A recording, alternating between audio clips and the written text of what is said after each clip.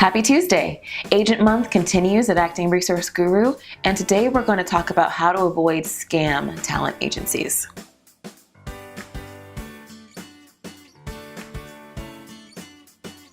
This is Asia Ray Coleman, and nothing pisses me off more than actors getting scammed. And no matter how much I think we all know, I constantly am hearing stories of actors who are being taken advantage of by various people. And so today's video is all about red flags that you should look for when you are meeting with a talent agent and when you're deciding whether to sign a contract. So let's get started. The first thing, and this is pretty basic, never pay up front for representation.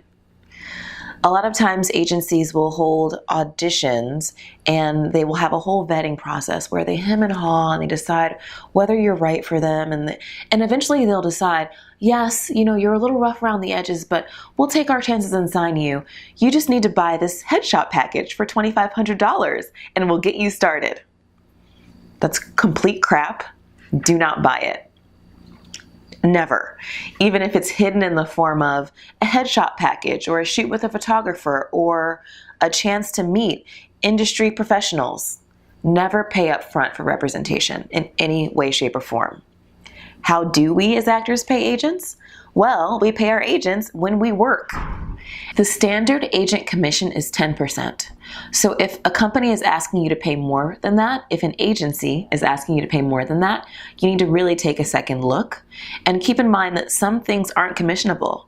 So if you are getting reimbursed for travel expenses or wardrobe, or you're getting a per diem if you're shooting on location, or if there are penalties that you have earned for late meal or things like that, those items are not commissionable. If you have any questions about what is commissionable by your agent, you can email agency@sagaftra.org and they will help you. The second thing I want you to look out for is what the agent promises you. Anyone who promises stardom is completely full of they can't do that. There's no way that anyone can guarantee what your career will look like. And so if they're trying to do that, they are feeding you a load of crap. So keep that in mind and pay attention to what the agent kind of sells you. If they're saying that they can make you an overnight success, run for the hills. Acting takes a lot of work, and it takes persistence and talent and a constant development of your skills to be successful in this business. So if anyone tells you otherwise, then you just want to avoid them. The third thing I want you to pay attention to is the length of the contract they want you to sign. 12 to 18 months is enough. You don't need to get into a contract with anyone for years, especially before you know how the relationship is going to be, right? Maybe you could renew a contract for years if you're comfortable and things are going well, but at that point, you probably won't even need a contract anyway. So keep that in mind. 12 to 18 months is ideal. Don't sign anything more than that.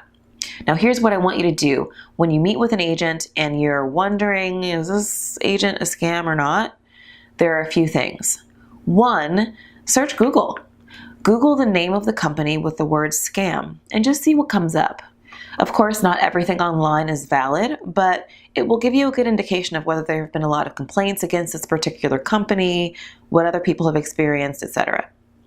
The second thing I want you to do is read reviews of the company on Acting Resource Guru. We have a whole database of agencies and management companies, and the point of that is to help actors do their research before they sign. The third thing I want you to do is to look to see if the agent is SAG-AFTRA franchised. Now, not all legit agents are SAG-AFTRA franchised. There are a ton of great agents that aren't. But this is a great way to see whether SAG has kind of given their stamp of approval. Now, here's a pro tip for you. Some agents who are not SAG-AFTRA franchised and so are not using the SAG agency agreement will ask you to sign a general service agreement. Now, I attended a meeting a while back with SAG General Counsel and learned that this agreement is just way too ambiguous to really serve the interests of actors. So there are some changes that you're going to want to make to this agreement before you sign it. Likely. Now, my newly revised Agent Action Guide outlines all of these recommended changes and the reasons for those changes so that you can decide for yourself whether they are something that you want to do before you sign a contract like this. Now, this is not legal advice at all. This is just something I learned and I'm going to pass on to you as part of the Agent Action Guide. So if you want to check that out, visit actingresourceguru.com/aboutagentguide and grab it for yourself. The bottom line is this.